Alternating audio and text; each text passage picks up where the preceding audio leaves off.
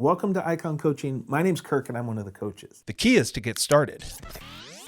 You may have heard the idea that you can become fearless. It's an idea that's prolific throughout our culture. It's songs and books and movies and videos and crying out loud, even Taylor Swift has a song called Fearless. But fearless isn't a thing. It's an attempt at invincibility. The only person who feels fearless is a drunk at a frat party, and that's not a safe person to follow. Great leaders know that fear isn't fatal.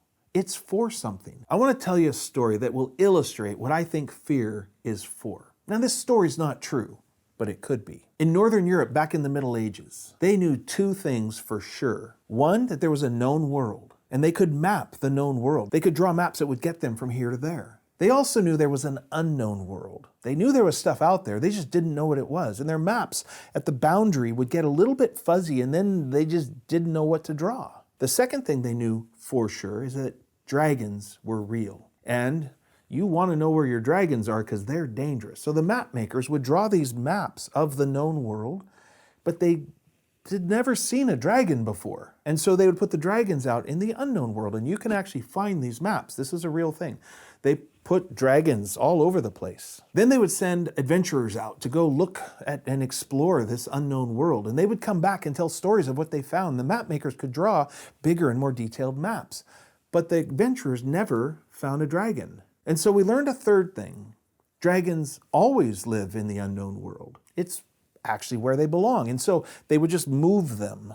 And they just kept moving them further and further out as the unknown world got further and further away, as the known world got bigger. Now, eventually, we explored the whole world, and we never found a dragon. So we don't believe in dragons in fact anymore. We believe in them in myth. They still occupy our mythology. And some psychologists have argued that we actually internalized our dragons, that we don't believe in them as external realities anymore, but the monsters now live inside of us, because inside of our lived experience, we also have a known and an unknown world. We have cultures and regions and relationships that we can navigate with great ease. We know how to navigate certain types of work, and we can get from here to there. And then there's stuff we don't know, and it's the unknown. And our dragons that we've internalized live out in that unknown world. Now, at this point, let's explore a little bit about what a dragon is.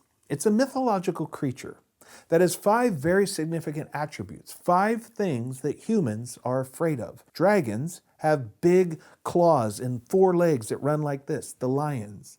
They have long necks and long tails, that's the snakes. They're covered in scales with big toothy jaws, the crocodiles, and they have huge wings, birds of prey. They also breathe fire, and when fire gets out of control, we run. Dragons are the amalgamation of 5 things that terrify humans.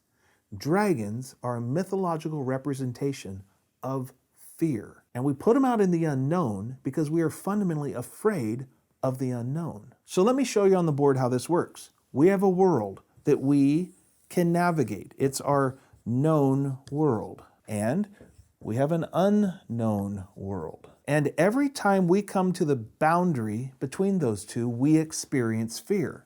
Our dragon roars. And our dragon roars for a very specific reason. It's reminding us that we're moving from the known world to the unknown world.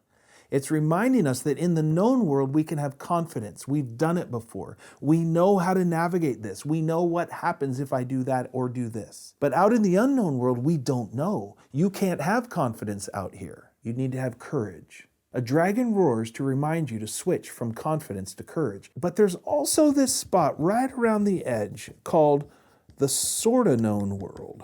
And in the sorta known world, we can come out here and we sorta know what that is. That's the land where our fear is interesting. We often experience this as the combination of fear and excitement. When those two things are operating simultaneously, you're in the sorta known world. You don't get to have confidence, but it's your job to make it known again. And when you do that, boom, it becomes part of your known world. And then you come out across, hit that boundary again, and every time you hit that boundary, you will experience fear. But of course, you're going into a new sort of known world. And as you make that world known, it's now part of your map, and the dragons move. And over and over. And every time you do the work to make the sort of known known, your map gets bigger. You become more competent. You become more resilient. You become a bigger person. But every time you hit that new boundary, you'll experience fear again.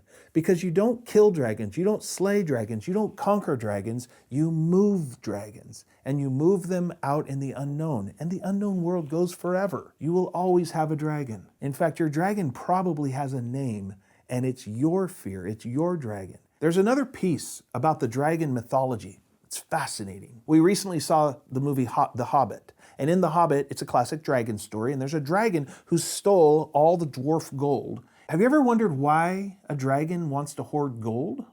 What's a dragon need gold for? And of course, in our psychology, in our understanding, we don't even ask that question. It's obvious to us. Because deep inside of this mythological truth is the idea that the thing that terrifies us the most, the dragon, is sitting right on top of the thing we want the most. Those two things are always connected. That's why the adventurers go out and explore the sort of known world, because they're going after desire and motive, things they actually want in the world.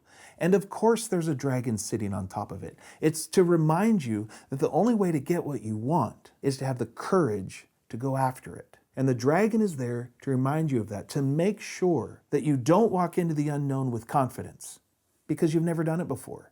You can't have confidence in the unknown. But once you've done this work enough times and engage in the courage it takes to make the unknown known, I believe that you can have confidence that you know how to do that. And while you can never have confidence in the unknown, you can have confidence in your ability to make the unknown known. This is what we call dancing with fear. And you never get done with that dance, but in time you can learn how to lead it. That's what fear is for. Fear is to remind you that there's a world of uncertainty out there, full of all kinds of opportunities, and that you have to learn how to switch from confidence to courage in order to go after it. That there is a dragon, but there's also gold, and that dragon is there for your benefit, to make sure that you engage the unknown well.